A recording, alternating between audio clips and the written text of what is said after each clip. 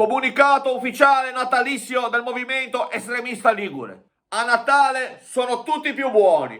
Io no, andate tutti a fanculo. E quando dico tutti, intendo proprio tutti, tutti i milanesi. Sì, perché adesso vedrai nelle feste arriveranno giù di nuovo a milioni e milioni e milioni, metteranno a ferro e fuoco le nostre cittadine, Camogli, Rappallo, Arenzano, Varrase, sono già in uno stato di allerta, predisposte le sirene pronte a suonare, sono già state approntate le trincee, posizionati i cavalli di Frisia e il filo spinato intorno alle cittadine. Che poi io non capisco, una volta dicevano come si sente il Natale a Milano. Beh, ma statevelo a sentire lì. Qua siamo lontani, non si sente niente. Ve lo dico in inglese perché sto studiando anche un po' le lingue. Milanesi, go on! Show! Must go on! E adesso mi rivolgo a tutti i nostri attivisti che in questo momento si sentono un po' stanchi, un po' sfiancati, un po' col belino mollo. Bisogna tenere duro. Non smettere di renderci la vita impossibile a questi milanesi. Anzi, faccio un appello a tutte le focaccerie.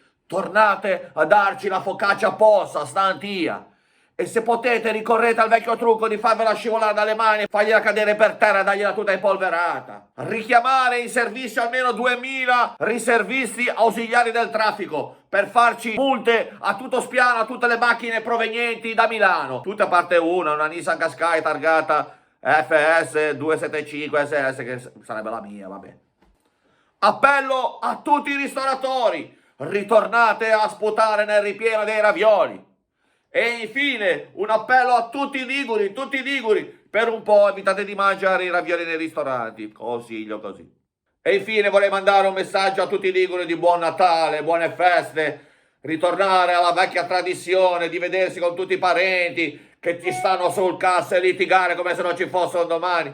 Tornare a fare il vecchio presepe alla ligure, fatto da tutte le statuine vecchie, la Madonnina con i capelli bianchi, San Giuseppe sperso così nel muschio in mezzo ai pastorelli, che meschino anche lui c'ha una certa età, sta perdendo dei colpi. L'asino e il bue, ci sono solo i salami che scendono dalla grotta.